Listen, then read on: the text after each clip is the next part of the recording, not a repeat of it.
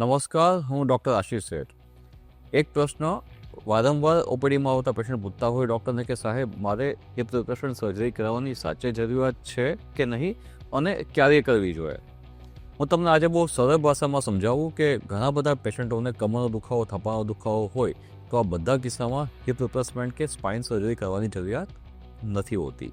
કોઈ બી રોગ શરૂઆતના સ્ટેજમાં અગર યોગ્ય સમયે નિદાન કરવામાં આવે અને એની સારવાર કરવામાં આવે તો હિપના મોટાભાગના દુખાવા દવાથી, કસરતથી અને લાઇફસ્ટાઇલ મોડિફિકેશનથી વજન ઓછું કરવાથી ઓછા થઈ જતા હોય છે.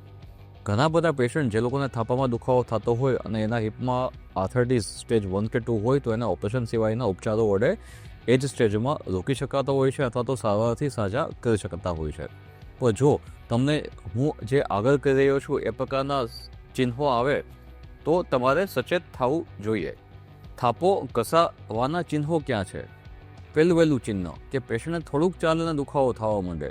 જે પેશન્ટ નોર્મલ હલનચલન કરી શકતું હોય, પોતાનું નોર્મલ કામ કરી શકતું હોય, એ થોડુંક ચાલે અને દુખાવો થાય. સીધી ચડે ઉતરે ત્યારે થાપામાં દુખાવો થાય. ખાસ કરીને ખુરશીમાં બેઠા હો અને ઊભા થવામાં થાપામાં દુખાવો થાય. સૂતા હો અને બેઠા થવામાં થાપામાં દુખાવો થાય. આલસી પાલસી લગાવી હોય તો હિપની મૂવમેન્ટ તમને આલસી પાલસી લગાવવામાં ના પાડે, ઉબળક પગે બેસવામાં તકલીફ થાય.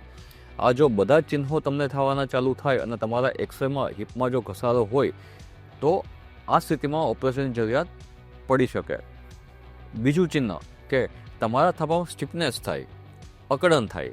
તમે સવારે પથારીમાંથી બેઠા થતા હો તો તમને થોડીક બી હિપની મૂવમેન્ટ કરવામાં તકલીફ થાય. બાઇક ચલાવી હોય તો તમે બાઇક ચલાવવા તમે પગ ઊંચો કરીને બાઇકમાં બેસી ના શકો. એક્ટિવા ચલાવતા હો કે સાયકલ ચલાવતા હો તો તમે પગની નોર્મલ સામેના હિપ અથવા તો નોર્મલ માણસો જેવી હિપની મૂવમેન્ટ ના કરી શકો. તમને આ પ્રકારના કોઈ બી ચિહ્નો થતા હોય તો એનો મતલબ જ છે કે તમારા થાપામાં હવે હિપનો ઘસારો એડવાન્સ સ્ટેજમાં પહોંચી ચૂક્યો છે અને તમારે ડૉક્ટરનું કન્સલ્ટિંગ કરવાની જરૂરિયાત છે. ખાસ કરી અને જો પેશન્ટને દુખાવો એટલો બધો અસહ્ય બને કે પેનકિલર લીધા પછી બી દુખાવામાં રાહત ના થાય, આજે પેનકિલર લીધેલી હોય એની અસર 24 કલાક બી ના ચાલે અને પેશન્ટને પાછા જે ચિહ્નો હતા એ આવી જાય, આ બધા જ સ્થિતિમાં તમારે એકવાર મનથી મક્કમ થવું જોઈએ કે જો થાપામાં સ્ટેજ 3 અથવા સ્ટેજ 4 જેવો ઘસારો હોય તો હિપ રિપ્લેસમેન્ટ સર્જરી કરવાનો પ્લાન કરવો જોઈએ. અત્યારના સમયમાં હિપ રિપ્લેસમેન્ટ એ કુશળ ડૉક્ટરના હાથમાં ખૂબ જ સચોટ અને સુરક્ષિત ઓપરેશન છે. આપણે 30 વર્ષ પહેલાં અને અત્યારના હિપ રિપ્લેસમેન્ટ સર્જરીની કમ્પેરિઝન કરીએ તો છેલ્લા 30 વર્ષમાં હિપ રિપ્લેસમેન્ટ સર્જરીમાં ઘણા બધા નવા આવિષ્કારો થયા છે. સૌથી પહેલી વસ્તુ કે હિપ રિપ્લેસમેન્ટ સર્જરીમાં વાપરવામાં આવતા ઇમ્પ્લાન્ટનું પોતાનું આયુષ્ય વધ્યું છે. 1980 કે 90માં જે હિપ ઇમ્પ્લાન્ટની ડિઝાઇન આવતી હતી એનું આયુષ્ય 15 થી 20 વર્ષ જેવું હતું. અત્યારના આપણા ભારત જેવા દેશમાં બી સારી કંપનીનાઓ જે સિરામિક હિપ રિપ્લેસમેન્ટ અવેલેબલ છે એનું આયુષ્ય સરેરાશ 25 થી 35 વર્ષ જેવું હોય છે.